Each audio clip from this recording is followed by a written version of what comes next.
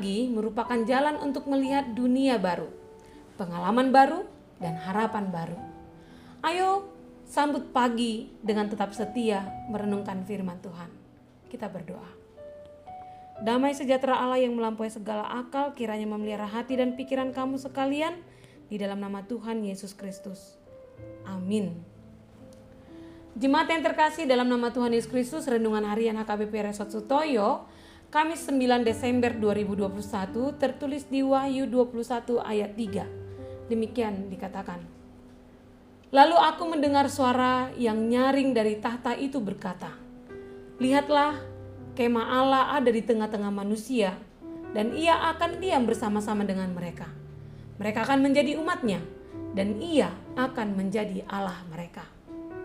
Dalam bahasa Batak dikatakan, jadi hubege suara nagogosian habang sai nama dok. Odo joroni debata di tonga-tonga ni akka jolma. Nama ringanan ma ibana di tonga-tonga nasida. Jala nasida ma bangsona.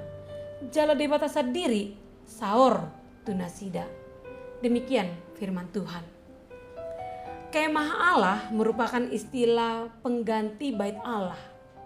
Sejak Kaisar Nero menghancurkan bait suci tahun 70, orang Yahudi tidak lagi memiliki bait Allah. Mereka beribadah di sinagoge.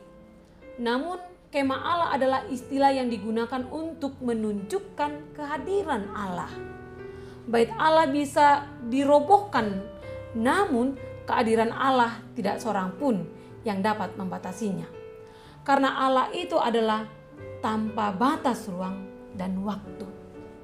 Di dalam kitab Wahyu dijelaskan bahwa nubuatan tentang kemah Allah ada di tengah-tengah manusia yang dapat kita artikan bahwa kemah Allah juga menggambarkan bahwa firman Allah telah menjadi daging, yaitu manusia.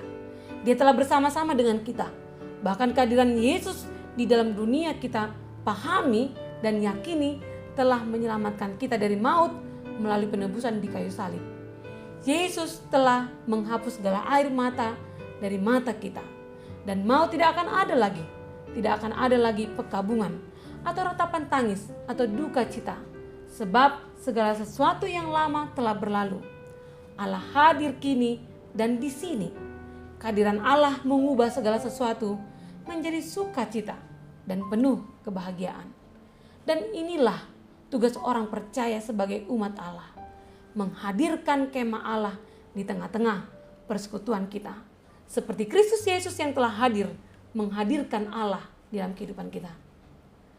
Setelah beberapa bulan ketika saya baru ditempatkan di suatu gereja sebagai calon pendeta, seorang ibu muda yang memiliki 2 orang anak datang menemui saya untuk didoakan. Ia meminta agar suaminya yang pemabuk, pejudi, kasar, dan sering melakukan KDRT diubahkan oleh Tuhan. Dengan permintaan itu saya baru memahami kenapa dia seringkali datang ke gereja dengan tanda lebam di wajahnya. Dan dia sering sekali datang ke gereja lebih awal dan pulang paling terakhir dari jemaat yang lainnya. Serta memilih duduk di sudut bangku gereja yang paling belakang yang tidak akan dilalui oleh jemaat yang lain. Ia berusaha untuk tidak menunjukkan deritanya kepada orang lain. Dalam konseling kami, dia berkata bahwa dengan didoakan, dia akan dimampukan Tuhan untuk menghadapi setiap kesulitannya. Dan dia yakin bahwa dengan menghadirkan Tuhan dalam dirinya, juga akan menghadirkan Tuhan bagi suaminya. Dan kehadiran Tuhan akan mendatangkan kedamaian bagi keluarganya. Hingga beberapa minggu yang lalu, ibu itu meng-WA saya dan mengatakan bahwa suaminya sudah merasakan kehadiran Tuhan. Dengan isi WA itu saya menyimpulkan bahwa suaminya telah meninggal. Dan tanpa memastikan arti ucapan si ibu itu, saya langsung membalas WA dengan firman Tuhan yang saya akhiri dengan ucapan turut berduka cita ya Inang. Namun tak lama kemudian si ibu itu menelpon saya dan mengatakan bahwa suaminya masih hidup. Dan arti ucapannya sebenarnya menginformasikan bahwa suaminya tidak lagi pemabuk, tidak lagi pelaku kekerasan. Dia merasakan kehadiran Tuhan dalam perbuatan sikap suaminya yang sudah kami doakan 11 tahun yang lalu. Dari jemaat saya itu, saya memahami bahwa kehadiran Tuhan dapat kita pahami juga dengan pertobatan kita atau orang di sekitar kita di saat ini juga. Orang yang telah menghayati kehadiran Allah adalah orang yang menjadikan Tuhan tempatnya menggantungkan hidupnya. Dan tidak membatasi waktu kehadiran Tuhan hanya dalam suka, namun dia juga hadir dalam duka.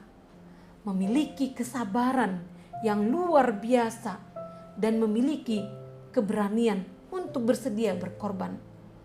Orang yang menghayati kehadiran Allah pasti meyakini kuasa doa.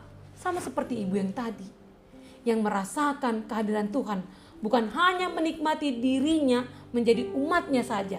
Dia turut berjuang menjadikan suaminya, sesamanya menjadi umat Allah. Mendatangkan pertobatan. Dan menjadikan Yesus satu-satunya Tuhan baginya. Orang yang merasakan kehadiran Allah adalah orang yang yakin ketika bersama dengan Tuhan tidak ada satu hal apapun yang luput dari pandangan Allah. Dan orang yang merasakan kehadiran Allah dalam hidupnya, ia akan selalu merindukan untuk bertemu dengan Tuhan. Karena penghakiman di akhir zaman bukan penghalang bagi yang selalu menaati Tuhan. Sesungguhnya Tuhan Allah telah bersama dengan kita. Maka hiduplah sebagai umat Allah yang setia. Amin, kita berdoa. Terima kasih Tuhan untuk firman-Mu yang kami dengar hari ini. Engkau adalah Allah yang selalu hadir dalam hidup kami, dan ajarlah kami agar selalu setia kepadamu. Dan jadikanlah kami menjadi umat-Mu yang menghadirkan kasih dan damai-Mu dalam kehidupan keluarga kami, pekerjaan kami, pendidikan kami, dan di setiap persekutuan kami, hingga kedatangan-Mu kelak memberikan kehidupan yang kekal. Terima kasih Tuhan. Amin. Jemaat yang terkasih dalam nama Tuhan Yesus Kristus, selamat menjalani hari-hari Anda di dalam kesetiaan kepada Tuhan. Selamat beraktivitas. Tuhan Yesus memberkati. Shalom.